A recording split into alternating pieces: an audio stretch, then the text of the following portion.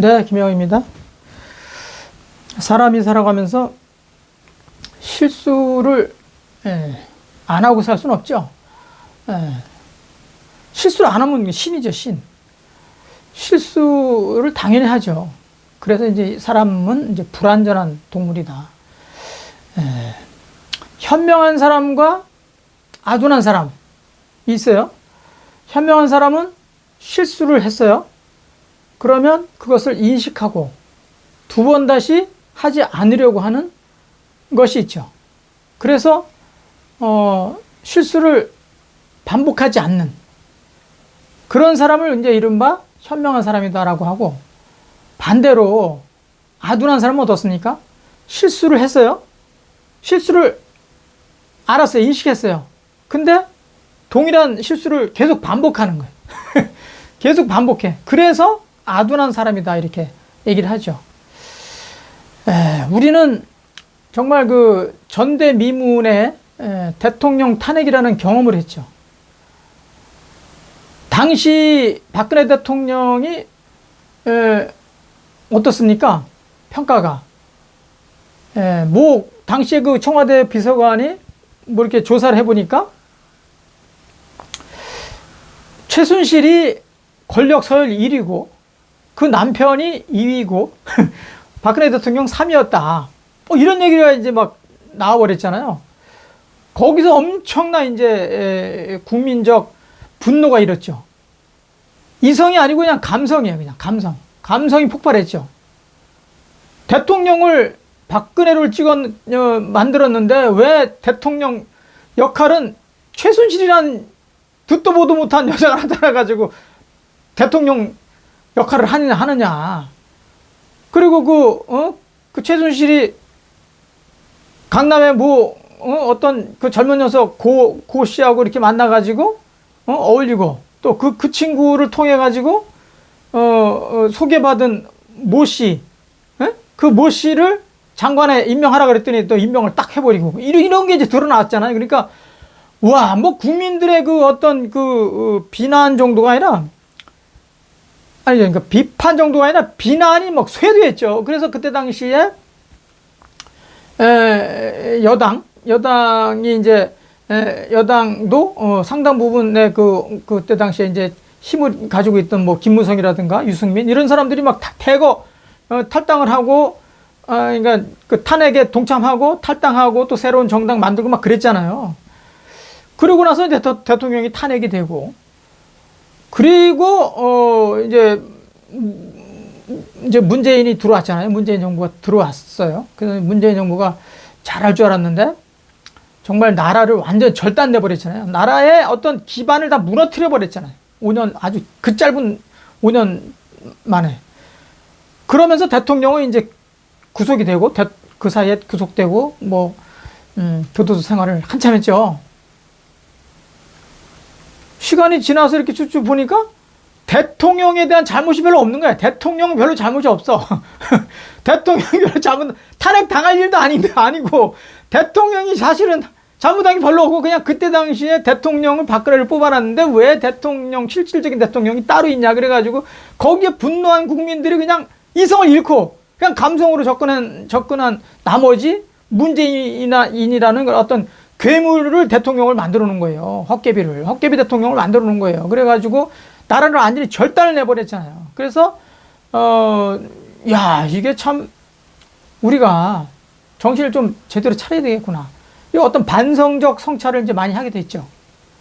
그리고 정말 하느님이 보호하사 윤석열이라는 어떤 원칙, 그리고 어떤 상식, 뭐 이런 사람이 나타났잖아요. 그래서 문재인 정부에서 잘한다고 그래서 그 어떤 범죄를 가지고 있는 사람들을 제대로 처단할 수 있는 인물이다. 처단할 수 있는 인물이다. 이렇게 해서 이제 세웠는데 칼날이 자기들한테도 막 이제 조국이라든가 막 이렇게 들이대니까 결국은 이제 거기서 이제 갈등이 어마어마했고, 이런 사람이라면 우파에 와도 우파에서도 올바른 정치인이 되겠구나라고 생각해가지고 정말 뭐 국회의원 한 번 안 해봤던 사람을 대통령을 세웠잖아요. 대통령 후보가 되고 대통령이 됐잖아요. 그래서 원칙, 상식 이런 걸 이제 우리가 굉장히 인정하고 그런 원칙 있는 나라, 상식 있는 나라가 될 것을 기대하고 했죠. 근데 시간이 좀 지나 보니까 어떻습니까? 제가 대통령이 이 정치 경험이 좀 부족하다 보니까 확실히 눈치는 없어. 지금 뭐 의료개혁이라든가 노동개혁, 뭐 교육개혁 이런 게 많잖아. 연금개혁도 있고. 아니, 그거 문재인 정부는 뭐 몰라서 안 했습니까? 개혁해야 된다는 건 다 알지만, 그거 잘못했다가는 인기가 완전히 그냥 바닥으로 추락할 가능성이 높다 보니까 못하고 그냥 슬슬 그냥 인기 정책, 인기 영합 정책만 펴면서 그냥 슬슬 빠져나가 버렸잖아요. 그러니까 인기가 막 퇴임하기 전까지 막 40%가 넘고 그랬잖아요. 근데 그게 몽땅 이제 윤석열 정부한테 왔잖아요.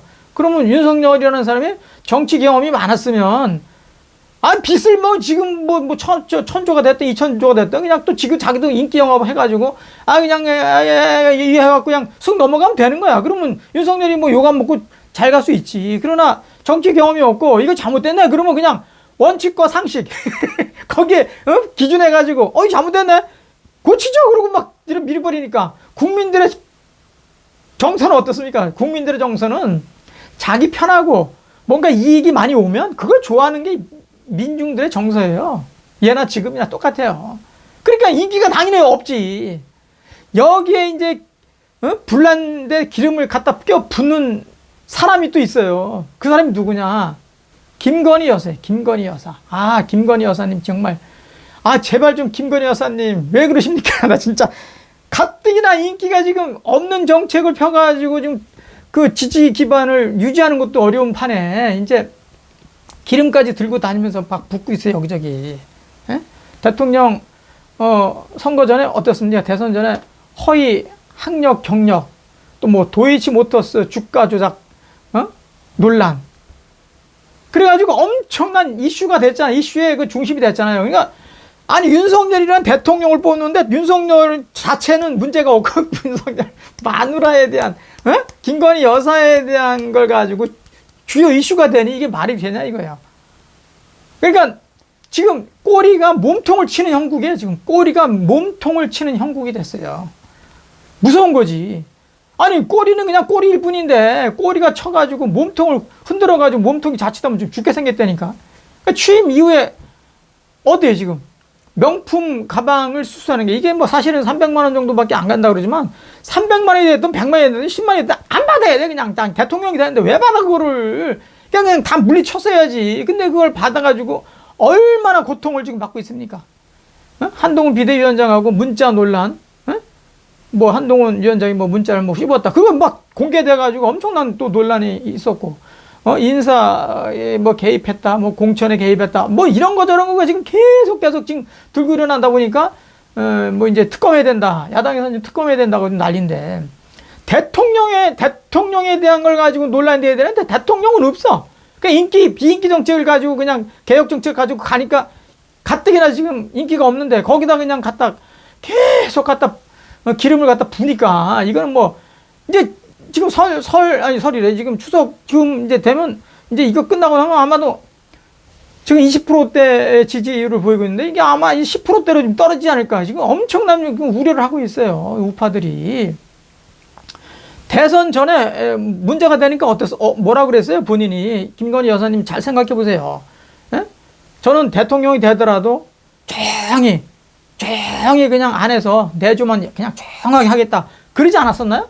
그냥 그거 좀 지키시라는 거예요. 저는 지난번에도 한번 말씀드렸지만, 이건 제 개인의 생각도 있지만 사실은 주변에 엄청난 사람들이 얘기하는 걸 제가 이렇게 듣고, 이게 문제의 심각성이 좀 크구나, 그래서 제가 그런 얘기를 했는데, 그때 좀 잠깐 뭐 얘기가 여기저기 들어가서 그랬는지 조금 조용하다가 다시 또 그냥, 검찰에서 무혐의를 이렇게 결정했다 하더라도 이 정치인은요, 이건 어떤 사법적 이런 거보다는 이 어떤 감성적인 그런 게 무서워요. 그게 국민들이 이건 아니다 싶으면 그냥 거기 그냥 머리 바짝 그냥 숙이고 석고대죄 하듯이 그냥 하고 조용히 있는 거예요. 그게 그러다 보면 우리나라 또 국민들의 정서가 어떻습니까? 또 쥐죽은 듯이 가만히 있으면 또 불쌍해 보여가지고 또 이렇게 감성적 또 동요를 한다고. 그러면 아유 그 정도 가지고 또 너무 대통령 여사가 힘이 없네. 그러다 보면 또 이렇게 또 공감해 주는 게 있잖아요. 너무 지금 막 나대고 막 댕기는 거, 아주 움직이는 거 자체가 그냥 폭탄이야. 움직이는 폭탄. 에? 이래가지고 되겠냐. 탄핵을 지금 조국은 막 현수막 여기저기 걸어가지고 탄핵에 뭘 하겠다. 뭐 민주당은 그냥 연일 그냥 탄핵에 대한 불씨를 그냥 그래서 지피고 있고, 자칫하면 이제 여당이 지켜주던 같이 이렇게 공감해주고 지지해주던 사람까지 하나하나 이탈해버리면 또 다시 또 아둔한 사람처럼 또 저기 그 탄핵 제2의 탄핵이 또 이렇게 될 수도 있다. 그러면 또 나라가 어떻게 되겠냐 이거예요. 그래가지고 또 정말 천하의 그 악당 일당이 그 정권을 또 가져가고 거기에 또 수괴가 또 대통령 된다고 생각해 보세요. 이제 나라 절단 나는 거에다가 이제는 나라가 이제 망하는 데까지 갈 수 있다. 저는 그게 정말 제일 두려운 거예요.